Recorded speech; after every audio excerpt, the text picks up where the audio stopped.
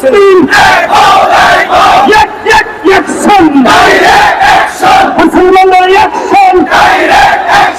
আজকের এই সমাবেশ থেকে আমি আমাদের অন্তর্বর্তীকালীন সরকারের কাছে আহ্বান জানাচ্ছি, এদেশের ৯২% মুসলমানদের পক্ষ থেকে আমাদের প্রিয় নবীকে যে অবমাননা করা হয়েছে সেটা বাংলাদেশের সরকারের পক্ষ থেকে নিন্দা জানানো হোক।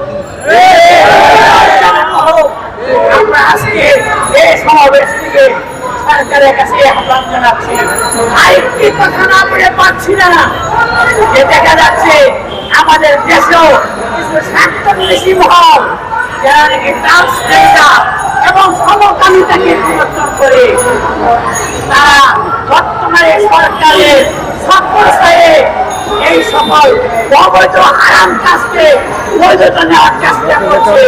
তাহলে আমাদের অন্তর্বর্তীকালীন সরকারের কাছে আবেদন থাকবে যে মুসলমানদের এবং কোরআন হাদিসের পরিপন্থী কোনো কিছু যেন না হয়, সেই জন্য অন্তর্বর্তীকালীন সরকারকে সতর্ক দৃষ্টি রাখা আহ্বান জানিয়ে আমার বক্তব্য শেষ করছি। আলহামদুলিল্লাহকে সবার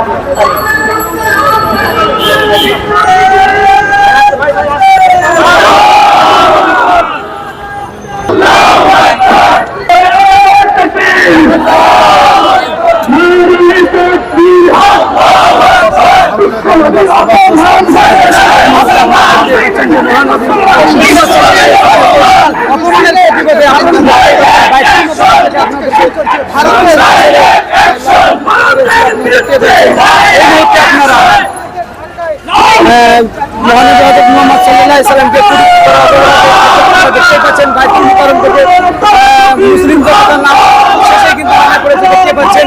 এই মুহূর্তে আপনাদেরকে সরাসরি দেখাচ্ছি, লাইভ করতে করেছি, অবশ্যই লাইভ থেকে শেয়ার করে দেবেন স্বাধীন বাংলা ইউটিউব চ্যানেল থেকে।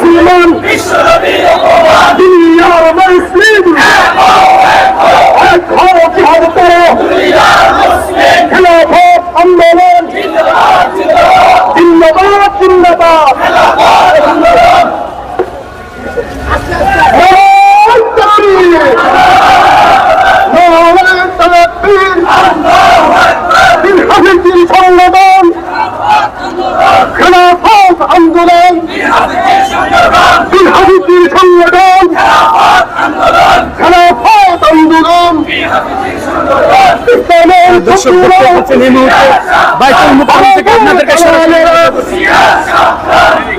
বিশ্বনবীর অপমান চলবে না রে মুসলমান, বিশ্বনবীর অপমান। লা ইলাহা ইল্লাল্লাহ, লা ইলাহা ইল্লাল্লাহ, লা ইলাহা ইল্লাল্লাহ।